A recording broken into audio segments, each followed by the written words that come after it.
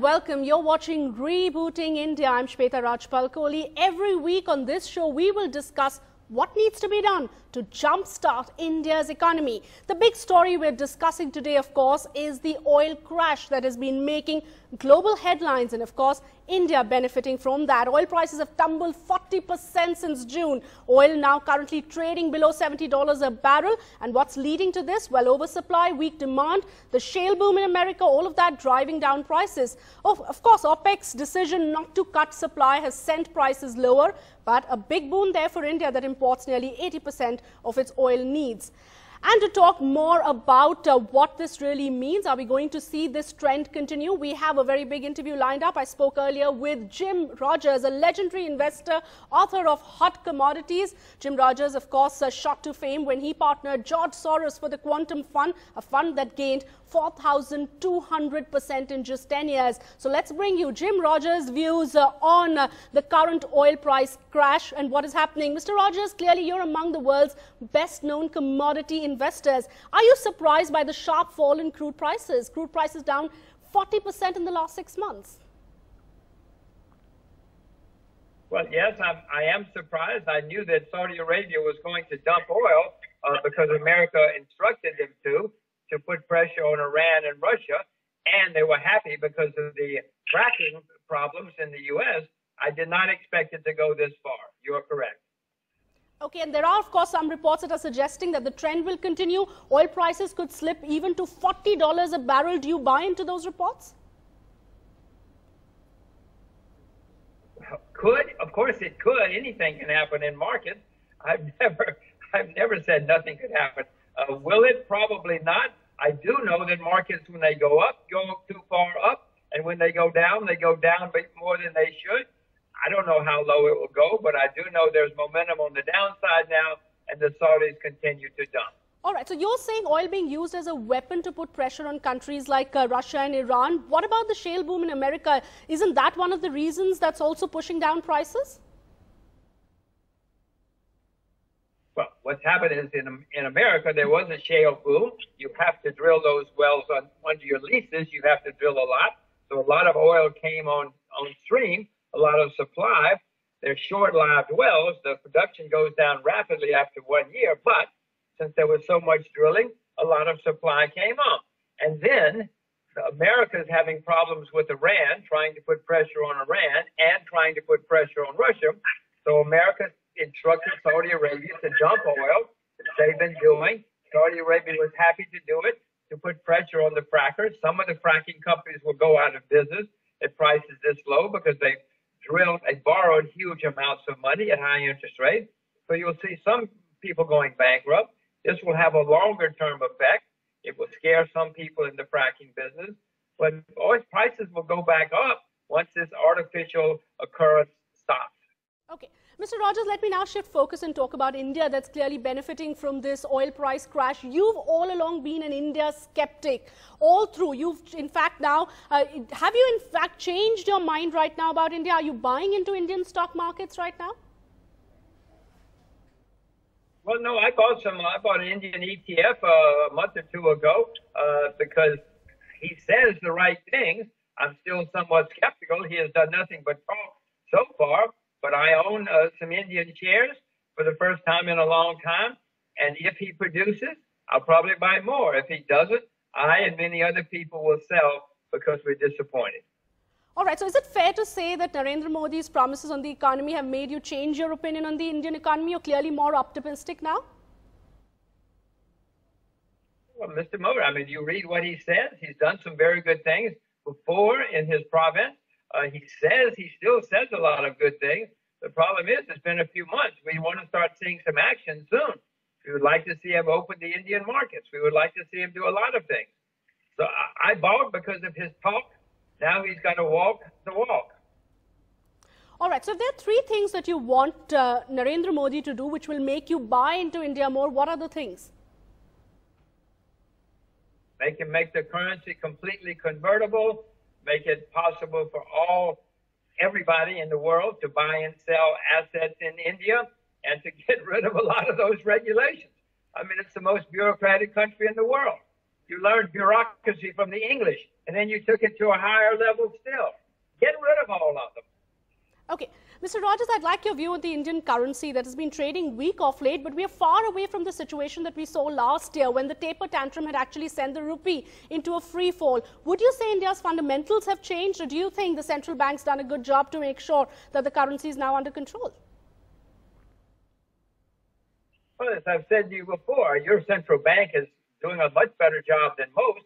It's certainly doing less bad job than most central banks. I wish your central bank were running the American central bank. So they are doing a fairly good job compared to others. Many currencies are down again because the dollar is so strong. I own the U.S. dollar, as we've discussed before. I don't know how much longer, but what is happening with all the turmoil, many people are fleeing to the dollar as a safe haven. It is not a safe haven, but people think it is, so I own it because of that. Yes, your currency's done better, but your central bank is doing a fairly good job. Will it continue? I do expect the dollar to continue stronger for a while. All right, I have to get your views on India's stock markets that have given fantastic returns this year. The Sensex up 35%, but do you think valuations are stretched now? Well, as I said, I own it. I am surprised it's gone up that much on just talk so far, but it's certainly done a brilliant job. But again, it's getting stretched unless some action takes place. Even if action does take place, it's still stretched. You point out it's gone up a great deal. It's not a cheap market, not anymore. Okay, Mr. Rogers, good to know you've changed your view finally on the Indian markets, and hope big investors like you continue to fire up Indian equities. I own India. I told you I bought India. Now it's up to you. It's not up to you. It's up to Mr. Modi. You know, I'm quite happy to buy more if Mr. Modi produces instead of just talk. All right. Thank you. Thank you very much, Mr. Rogers. We slip into a quick break at this point. On the other side, we discuss India's taxi revolution that is clearly being fired up with a number of new players that are coming in on the radio cab space. We have a special player to talk more about that.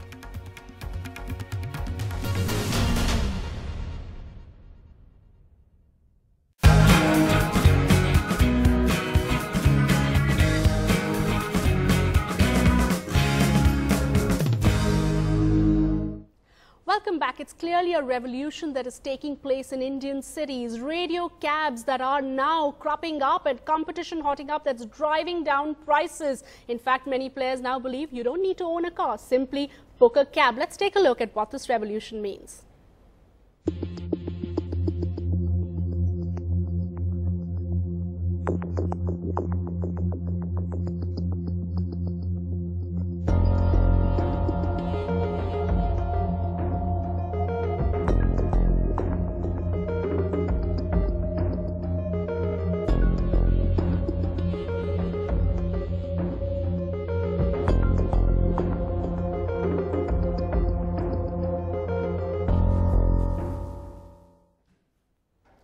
Joining me now to discuss more about it, the CEO of Meru Cab, Siddharth Pawar. Many thanks, Mr. Pawar, for being with us here on NDTV. It's clearly in many ways a revolution that's taking place. Companies like yours are saying all you need is a smartphone and click one button and a taxi will arrive at your doorstep, and that too as cheap as 10 rupees a kilometer. That's right. You know, I think the infrastructure load on the Indian cities and Indian roads is just increasing. Every taxi put on the road would take away 5 cars from the Indian roads. And I think that's what our objective is. We want more and more people to use. Economically, it makes more sense. From the infrastructure load points, it makes best sense. And that's why we are working towards to see that people use more taxis in this country. So explain to us where the market stands right now. As we understand, it's about $14 billion is what we're talking about, of which the organized space is only about 5%. And now you're talking about increasingly smartphones and these applications really leading to a growth of over 20% in this industry. That's right. You're absolutely right. You know, it's been one of the biggest consumption market in this country. And it's been growing at the fastest pace. 25% CAGR is what our expectation is. And with just 5% of this market organized, we believe that this market can be the largest market. If you look at the disposable income, 17 to 20% of the disposable income is spent on travel, and that's the size of the market today. But why is it that players like you have woken up to this market so late? You know, when we talk about e-commerce, and especially we talk about air travel, for instance, we've had these websites, we've had the e-commerce in the travel space, at least in terms of airlines, for a very long time. Why is the sudden rush in the taxi space? You've got Meru, you've got your competitors like Ola, Uber, everyone suddenly grabbing the pie.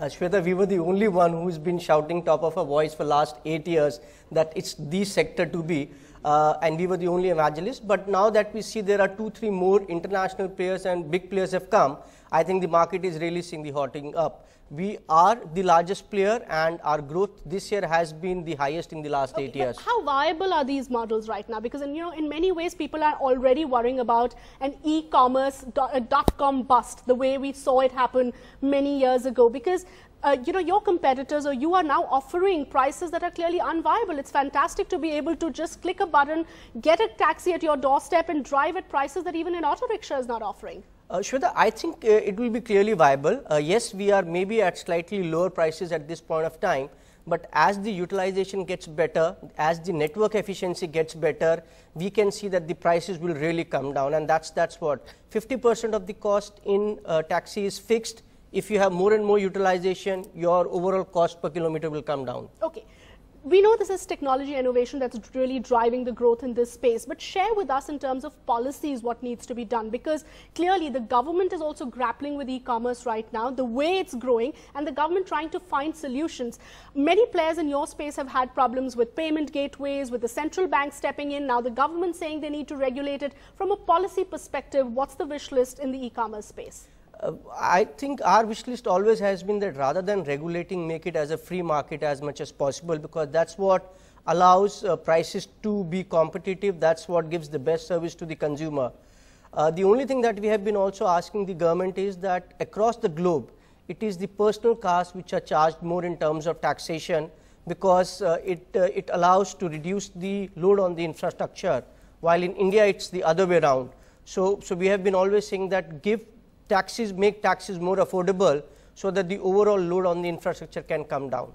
Okay, are you worried about competition? Because there are plenty of them out there, Uber, Ola cabs that are making life tough for you. Are we going to see consolidation in this space even before we've seen expansion happen? Shweta, as you yourself mentioned, it's just about 5% of the market is organized. This market is going to explode for next 10 years, and maybe after that we will start seeing some consolidation. Meru being the largest player in the market, I am very hopeful will continue to grow higher than the market at all points of time. Right, so at a time when we're talking about a slowdown in the economy, here is an industry that's growing at about 25%. And when we look at the larger e-commerce story, this clearly is one such sector that is making waves with a number of players coming in. With that, it's a wrap from me here on Rebooting India. Thanks so much for watching. Goodbye.